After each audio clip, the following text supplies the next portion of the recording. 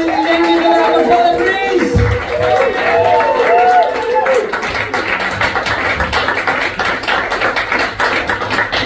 How are we, ladies and gents? All good? I know what you're thinking. Did Gareth join Phil Foden on the flight home? He didn't. Jacket might look like it, but there is also another celebrity I look a little bit like. Also, I've been told the Eton boys might recognise this. I've got the ears a bit like Good King Charlie, haven't I? I've got a nose a bit like the King. I'm hoping we don't have matching prostates. I've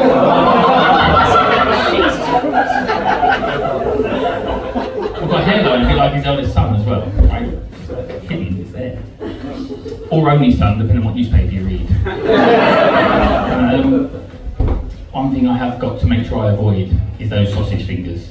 So I've been trying to be a little bit healthy these days. So I've been having some salad. Right? Healthy. Doesn't work. I do not recommend it.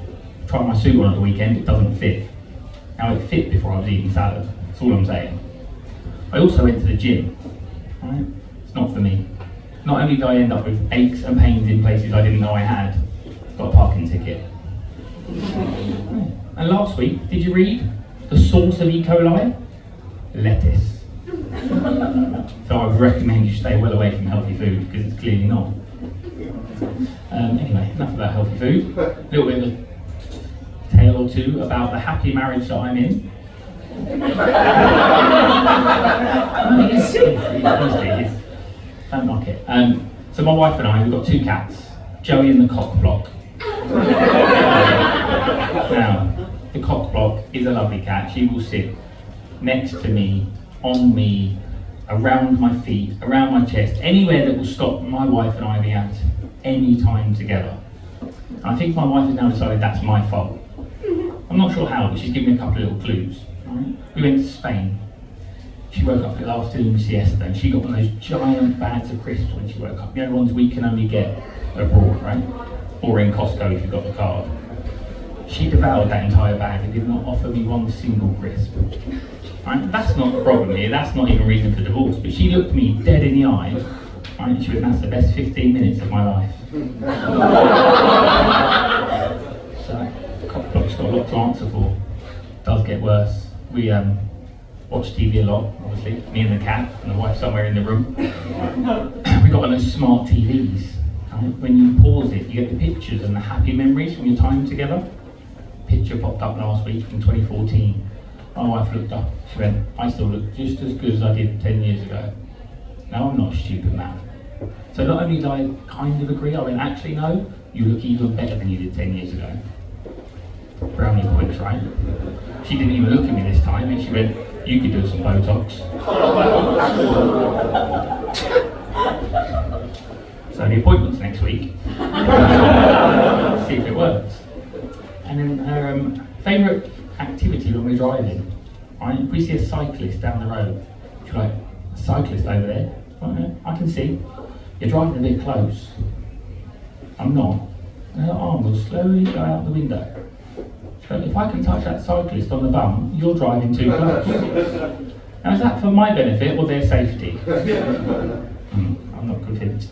Smartphones have got mentioned once already tonight, they'll probably get mentioned again. You know they're listening, right? You know they pop up with adverts. So I bring my camera to comedy, and it's obviously listening to my set, because last week I got an advert for Bumble.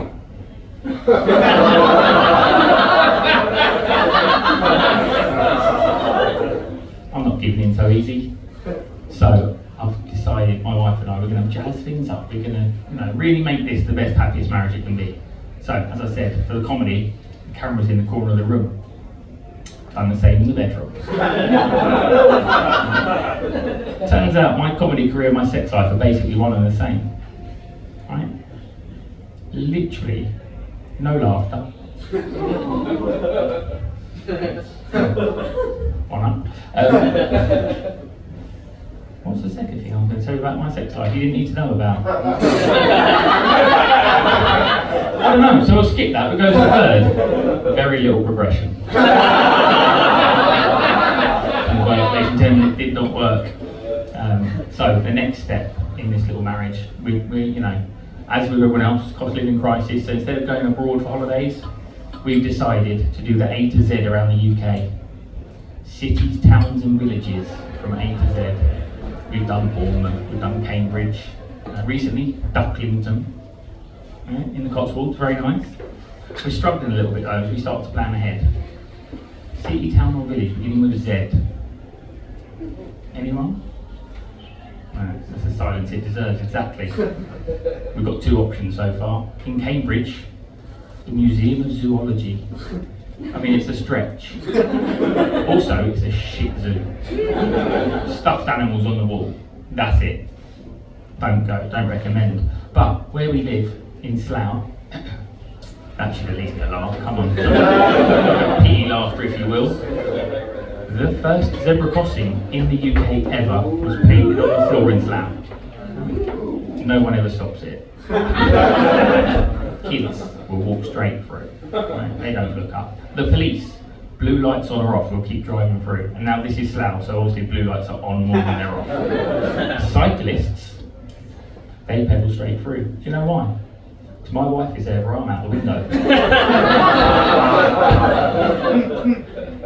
Does also explain why her favourite place to go on holiday is actually Amsterdam. Place is full of them. One other thing we didn't know about Amsterdam. Any of you been? Yeah. Any of you found the Condomeria? No. There's normally one in every room. The Condomeria is a small little shop. It sells nothing but condoms. Different shapes, different sizes, different flavours. We've got crisp flavour condom. Yeah. On the back of the pack for the best 15 minutes of your life. So I took a couple of them home. But one other condom that stood out. Vegan condom. Now, I've told you about my healthy eating, so I'm not a big fan, but vegan condom left me with a question that I need to leave you with before Carl makes his way up onto the stage. Can a vegan condom ever be 100% meat-free? Ladies and gentlemen, this is fabulous.